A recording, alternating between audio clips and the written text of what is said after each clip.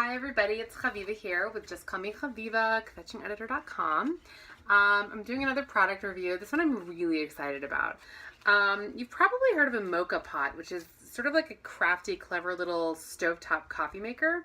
When I was in college, everybody had them. I didn't have them because I just went out and bought a lot of coffee and spent a lot of money. So I was contacted by MINOS to do a review of their gorgeous mocha style pot. It doesn't look like a traditional mocha pot, which have very sort of like rough edges. This one is gorgeous. So this is the pot, basically. Oh, you can see inside my cabinet. I'm being creative about how I'm recording this. When I saw this on Amazon when I was picking it up for review, I was kind of bummed out because the only handle option was yellow, right?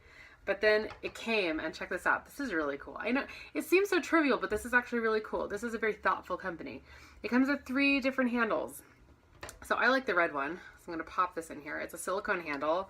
So as it gets hot, you're not going to burn yourself. On the metal. So pop this in here super quick. Ta-da. Done. I now have a red handle. You can switch it out with blue or yellow if you like. So I read the instructions already on how this works. So I'm super curious. As I've never done this before. So basically the way it works, so the lid opens as you can see. So it comes apart, and I have a couple of the pieces here. There is a pressure release valve here. There is this handy little thing. That is where the coffee goes. And it comes with a little tamper as well. And you can see inside the top part, there's a filter there. So basically what we're going to do is I'm going to put some water in here.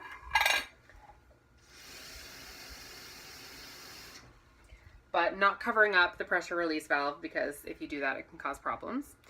Okay, next thing I'm going to do is I'm going to put the little coffee bit in there. Sits very nicely.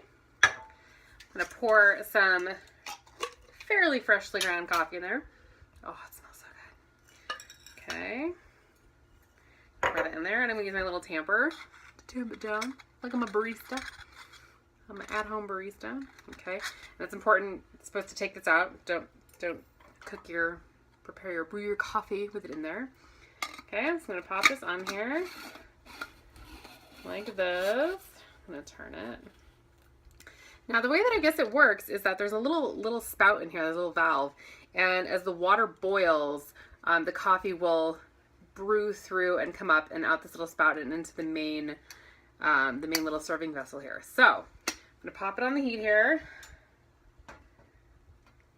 Never done this before. I'm so excited. Let me show you.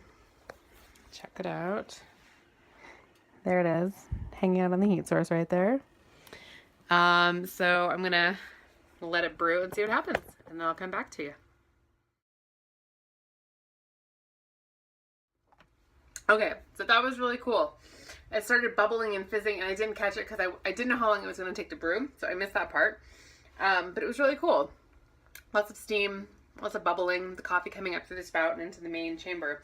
Now, the interesting thing, so it's cooled down a bit here, but this metal piece right here, this is probably my one gripe with this product. The metal piece here does stay hot. So it's nice to have the silicone in here, right? But it's still going to be kind of hot to the touch. Actually, when I poured out my coffee, I actually had to use a towel to do it. And I also forgot that this has to be open during the brewing process. Super important. There's a little bit more in here. So we'll pour it out. Delicious, delicious coffee. Let's see how it tastes. It's very hot. I love how this is like a super sexy design here. This is really great design. Because it's like a classic teapot, but it's very modern. And that little silicone handle is super swanky. Smells good. It was too hot for me to drink. You're gonna have to take my word for it that it's yummy. It smells so good. I mean, it's my coffee. I've made it like a million times in other conventional methods. This is actually, it's a little bit weaker than I normally would take it, but it's pretty akin to what I would get in my French press. But this is like much more fun. I really like this. Now, of course, once you make one, you're gonna have to let it cool down, I'm guessing, unless you know, put on like an oven mitt or something to make another. But it makes it small batch, which is, I really like it. Small batch coffee is usually the tastiest. So this it's still very, very hot to the touch, so it will need to warm down a bit. So you know what, overall, I would give this probably a 4 out of 5.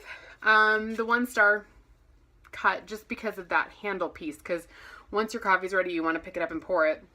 But that metal piece on the outside makes it a little hard to do that. But oh my gosh, guys, this is beautiful. And it's so, like, I wish there was like weight-o-vision, because it's very substantial. It's very high quality. This thing is super heavy, which means it's going to last you basically forever. My great-grandchildren will be making this, but probably not, because by then everything will come in little pods and you'll just, you know, rehydrate it, which will be a sad day. Let's see if this is cool enough now.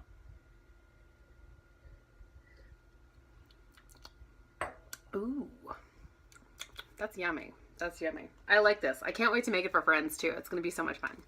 Anyway, that's this review. Stay tuned for more, and check out my channel and visit the blog at kvetchingeditor.com, and find me on social media. I'm on Twitter at @thechaviva, and I'm on Facebook, facebook.com/kvetchingeditor, or kvetchingeditor.page, Instagram, kvetchingeditor. You can find me just about anywhere. I'm all the places. Google me. You'll find me. Anyway, have a beautiful day, and drink your coffee. And get a MINOS. Come on.